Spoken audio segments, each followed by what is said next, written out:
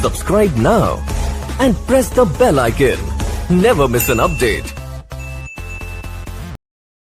مومنین کے اقتباس سے کہ کل کریں وقت تے تشریف گھنے کرو تاکہ قبلہ صاحب کو بار وقت ممبر نے ہوں بار محمد والے محمد بلند صلوات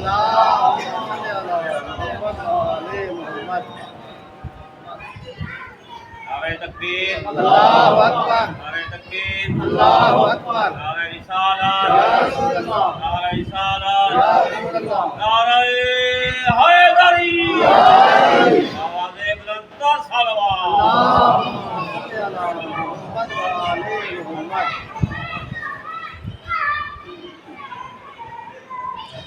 اعوذ باللہ السمیع العلیم من غضب الجبار ومن الشیطان اللعین الرجیم بسم اللہ الرحمن الرحیم الحمدللہ الذی خلق الانسان وعلمہ البیان وشرفہ علی سائر الحیوان بنطق والبیان وکرمنا وفضلنا على السابقة بالتصدیق والایمان وهو احسن الخالقین والصلاة والسلام والتحیۃ والاکرام على سید الانبیاء والمرسلین خاتم النبیین ورحمۃ للعالمین المخاطب بطہ ویاسین من کان نبیا وآدم بین الماء والدین ابی القاسم محمد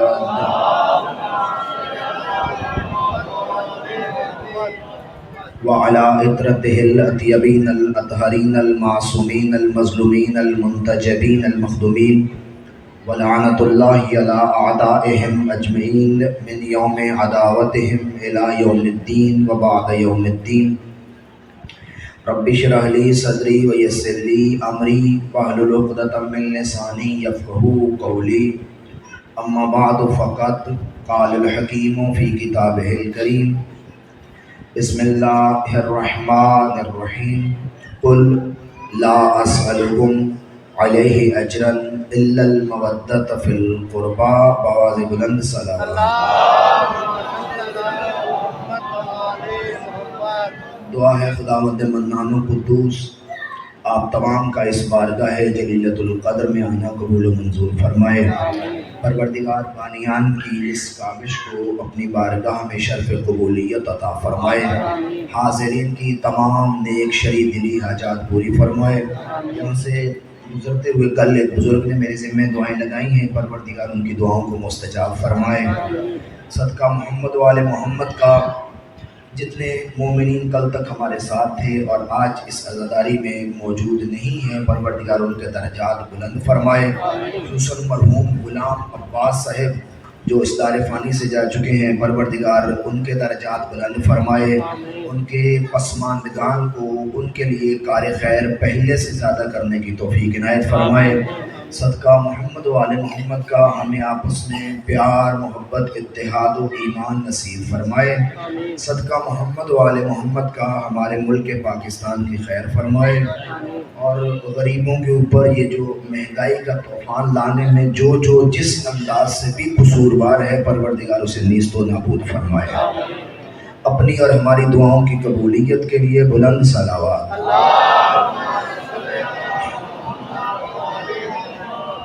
حاضرین مجلس و محفل عشرہ محرم الحرام اپنی پوری عزت شان و شوکت تاب و تمکنت و توقیر کے ساتھ رواں دواں ہے اور آج اس عشرہ محرم الحرام کی تیسری مجلس سے خطاب کرنے کا شرف حاصل ہو رہا ہے جو بات ہماری چل رہی تھی وہ اس نقطے پہ آ کے رکی تھی کہ ہمارے آقا سرور کون و مقام غرض موجودات جو سب سے اعلیٰ و ارفع و بالا و اعلیٰ ہیں وہ ہستی اجر مانگ رہی ہے جبکہ اس سے چھوٹے جو نبی ہیں جب ان سے کہا جاتا ہے کہ تمہیں ہم اجر دیتے ہیں تو وہ جواب میں کہتے ہیں کہ ہمارا اجر اللہ کے پاس ہے۔ سوال یہ پیدا ہوا کہ جب وہ چھوٹے نبی ہو کے حضرت ہود کے متعلق قرآن میں ہے یا دیگر نبیوں کے متعلق ہے کہ جب ان سے کہا جاتا تھا کہ ہم آپ کو اجر دیتے ہیں جو آپ نے رسالت ہم تک پہنچائی ہے، تو جواب میں وہ کہتے تھے ان اجری الا علی اللہ، ہمارا اجر اللہ کے ذمے ہے، ہم تم سے کچھ نہیں مانگتے۔ وہ چھوٹے ہو کے کہتے ہیں کچھ نہیں مانگتے۔ یہ سب سے بڑا نبی ہو کے کہتا ہے کہ میں مانگوں گا اور مانگوں گا اپنے قربا کی مودت۔ تو سوال یہ پیدا ہوا کہ وہ چھوٹے ہیں، انہیں مانگنا چاہیے، یہ بڑا ہے اور زیادہ عطا کرنے والا ہے، لیکن یہ مانگ رہا ہے وہ نہیں مانگ رہے۔ تو بات کو ٹیکنیکلی سمجھیے کہ ہمیشہ اجرت تب مانگی جاتی ہے جب کام ختم ہو جائے۔ اجرت کب مانگی جاتی ہے؟ جب کام ختم ہو جائے۔ ہر نبی مبلغ ہے دین اسلام کا، آدم سے لے کر حضرت پیغمبر تک ہر نبی مبلغ ہے اسلام کا، یعنی سب کا کام ہے دین اسلام پہنچانا، دین پہنچانا۔ کسی نبی پہ دین مکمل نہیں ہوا، دین مکمل ہوا ہے علی کی ولایت پہ۔ تو جب تک ولایت کا اعلان نہیں ہو جاتا تب تک کوئی نبی اجر مانگ ہی نہیں سکتا ہے۔ لیکن اس کا یہ ہرگز مطلب نہیں کہ کسی نبی نے اگر اجر نہیں مانگا تو اس نے ولایت اہل بیت کا بھی درس نہیں دیا۔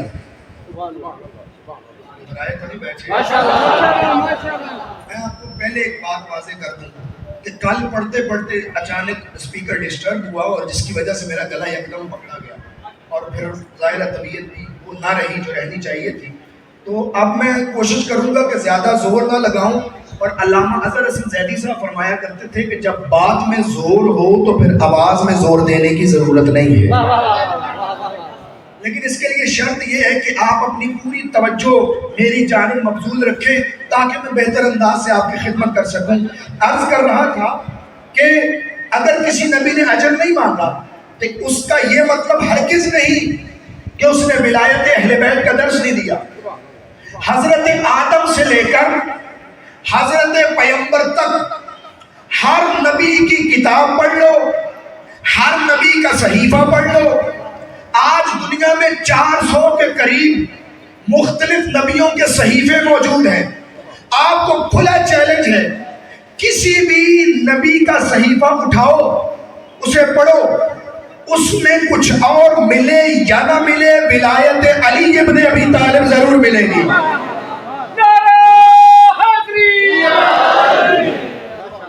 اس میں ولایت علی ابن ابی طالب ضرور ملے گی۔ اور میرے مولا امام حسین علیہ السلام ارشاد فرماتے ہیں یا سارے پڑھو یا سارے نہ پڑھو۔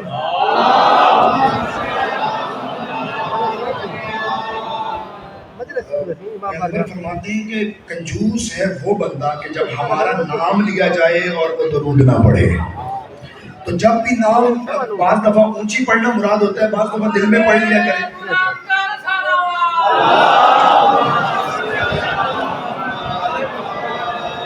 سید الشہداء فرماتے ہیں کہ ان اللہ جعل ولایتنا کتب القرآن و کتب جمیع الکتب۔ اللہ نے کتب سمجھتے ہیں، کتب وہ جو چکی چلائی جاتی ہے، اس چکی کے درمیان میں جو ایک کیل ہوتا ہے جس کے گرد چکی طواف کرتی ہے اسے کتب کہا جاتا ہے۔ امام فرماتے اللہ نے ہماری ولایت کو قرآن کا کتب بھی بنایا ہے، باقی آسمانوں کتابوں کا کتب بھی بنایا ہے۔ یعنی کوئی بھی آسمانی کتاب تب تک مکمل نہیں ہوتی جب تک ان کی ولایت کا ذکر نہ ہو۔ لطف کی بات یہ ہے کہ وہ اللہ ان کا ذکر نہ کرے تو اس کی کتاب مکمل نہیں ہوتی، ہم ان کے درود نہ پڑھے ہماری نماز مکمل نہیں ہوتی، اس کی کتاب مکمل نہیں ہوتی۔ ہماری نماز مکمل نہیں ہوتی. اور یہ فرقہ وارانہ بات نہیں کہ شیعہ یہ سمجھتے ہیں اور سنی نہیں سمجھتے. میں جرم سمجھتا ہوں یہاں پہ اختلافی بات کرنا. اہل سنت کے امام شافعی لکھتے ہیں یا اہل بیت النبوہ ربکم فرض من اللہ فی القرآن انزلا کفاکم من عظیم الکرم انہ من لم یصلی علیکم لا صلاۃ له. تمہاری عزت کے لیے یہ کافی ہے جو تم پہ نماز میں درود نہ پڑھے اس کی عادت ہوتی ہے، عبادت نہیں ہوتی. توجہ فرما رہے میرے دوست. ہر نبی کی کتاب میں کچھ اور ملے یا نہ ملے ان کی محبت کا درس ضرور ملے گا. حضرت موسیٰ علیہ السلام نے ایک مرتبہ اپنے چاہنے والوں کو اکٹھا کیا اور اکٹھا کر کے کہنے لگے میں تمہیں نصیحت کرتا ہوں کہ میرے بعد ایک نبی آئے گا، اس کی یہ خصوصیات ہوں گی. اللہ تعالیٰ اس کو ایک بیٹی عطا کرے گا اور اس کی نسل اس بیٹی سے چلے گی. جب حضرت موسیٰ نے ہمارے نبی کی یہ خصوصیات بیان فرمائی تو ان کی قوم کے کچھ لوگوں نے کہا یا نبی اللہ، جب سے آپ نے اس نبی کی آل کا ذکر کیا ہے ہم اپنے سینے میں کچھ ٹھنڈک محسوس کر رہے ہیں. ہمارے دل میں محبت جنم لے رہی ہے. ہم چاہتے ہیں کہ اس نبی کے لیے کچھ چیزوں کو ہدیہ کر دیا جائے. امیر المؤمنین علی ابن ابی طالب ایک دفعہ گزر رہے ہیں ایک صوم میں سے عیسائیوں کے عبادت گاہ کے قریب سے گزر رہے ہیں. گزرے تو دیکھا کہ وہ راہب جو ہے وہ ناقوس بجا رہا ہے. وہ جب ان کی عبادت کا ٹائم ہوتا ہے جس طرح آپ اذان دیتے ہیں وہ ناقوس بجاتا. جب ناقوس بجا رہا تھا تو امیر المؤمنین نے اپنے ساتھی سے کہا تجھے پتا ہے یہ ناقوس کیا کہہ رہا ہے؟ تجھے پتا ہے یہ ناقوس کیا کہہ رہا ہے؟ اس نے کہا یا امیر المومنین مجھے تو نہیں پتا. کہا یہ کہہ رہا ہے لا الہ الا اللہ حقا حقا، لا الہ الا اللہ صدقا صدقا، ان الدنیا قد غرتنا وقد استہوتنا، یبن الدنیا مہلا مہلا، یبن الدنیا جمعا جمعا. یہ کہہ رہا ہے کہ حق ذات صرف اللہ کی ہے. ماشاءاللہ ماشاءاللہ بس اٹھا لیا اس نے میری طرف دیکھی ماشاءاللہ کہ حق ذات صرف اللہ کی ہے، سچی ذات صرف اللہ کی ہے. دنیا فنا ہونے والی چیز ہے، آخرت باقی رہنے والی چیز ہے. او دنیا دارو مال جمع کر کے نہ رکھو، او دنیا دارو دنیا کے پیچھے نہ بھاگو، او دنیا دارو تم جب مرو گے تو تمہیں پتہ چلے گا کہ تم نے ضائع کیا کیا ہے اور پایا کیا ہے. جب حضرت نے یہ کہا کہ ناقوس یہ کہہ رہا ہے تو ساتھی نے پوچھا کہ یا امیر المومنین عیسائیوں کو اس چیز کا پتہ ہے؟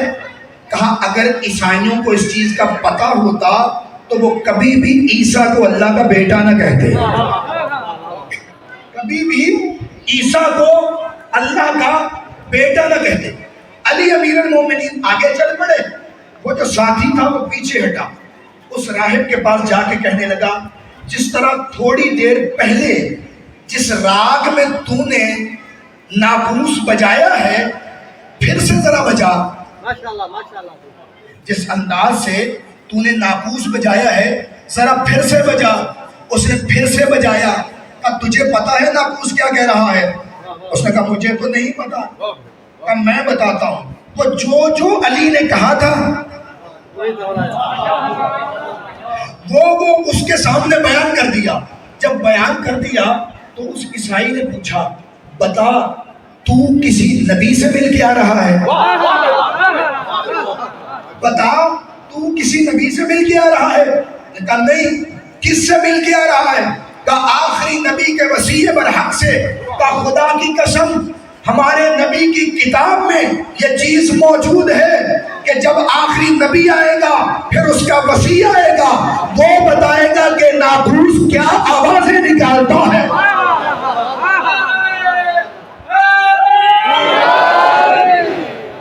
جو فرما رہے